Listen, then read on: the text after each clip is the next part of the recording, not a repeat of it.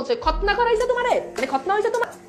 আসলে ঘটনাটা কি, খতনা মানে তো তোমরা সবাই বুঝো। তো ইংলিশ মিডিয়ামে এই জিনিসটা পড়াইতে গেলে খুব ঝামেলায় করতে হয় আমাকে। আমি একবার ধানমন্ডিতে ইংলিশ মিডিয়ামে পড়াচ্ছি, তো একটা মেয়ে ছিল, মেয়েটার নাম ছিল রাইসা। তো রাইসা আমাকে, আমি উপন্যাসটা পড়াচ্ছি, তো ক্লাসে যখন আমি পড়াই তখন পুরো উপন্যাসটাই চেষ্টা করি মানে গুরুত্বপূর্ণ যেগুলো সেগুলো পড়ানোর জন্য। তো রাইসা আমাকে বল, ভাইয়া ও তো ইংলিশ মিডিয়াম পড়ো, ভাইয়া খতনা মানে আমাকে বুঝিয়ে বলুন তো। এখন ও তো ইংলিশ মিডিয়ামে, নর্মালি তোমরা হয়তো অনেকেই বুঝো এই শব্দগুলো। তো ওকে আমি এই খতনা, এটা আমি ওরা কিভাবে বুঝাই ভাই যে খতনা মানে কি? তো যাই হোক, পরে আমি তাকে কিভাবে বুঝাই, আমি তাকে বলছি তুমি কি মুসলমান কি, সেটা কি তুমি বুঝো? পরে ও আবার তাকিয়ে আছে, ও বুঝে না। কারণ ইংলিশ মিডিয়াম যারা পড়ে ওরা অধিকাংশ, তোমরা যারা ইংলিশ মিডিয়াম পড়ো তোমরা কিন্তু অধিকাংশ বাংলা শব্দের অর্থ তোমরা জানো না, তোমরা হিসাব বোঝো না, দুধু খাও, সেগুলো ইংরেজি দিয়ে অভ্যস্ত। তো যাই হোক, তো রাইসাকে আমি তখন কিভাবে বুঝাবো আমি কিন্তু তাকে আর বুঝাইতে পারলাম না, বুঝতে পেরেছো? তো যাই হোক, পরে আমি তাকে সাংকেতিক ভাবে বুঝিয়ে দিলাম যে এইটার মানে আসলে কি।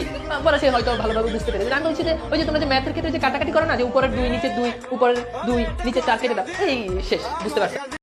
স্যার আপনি একটু বাইরে গিয়ে আবার ঢুকেন, আমরা আপনাকে দাঁড়ায় সম্মান করি।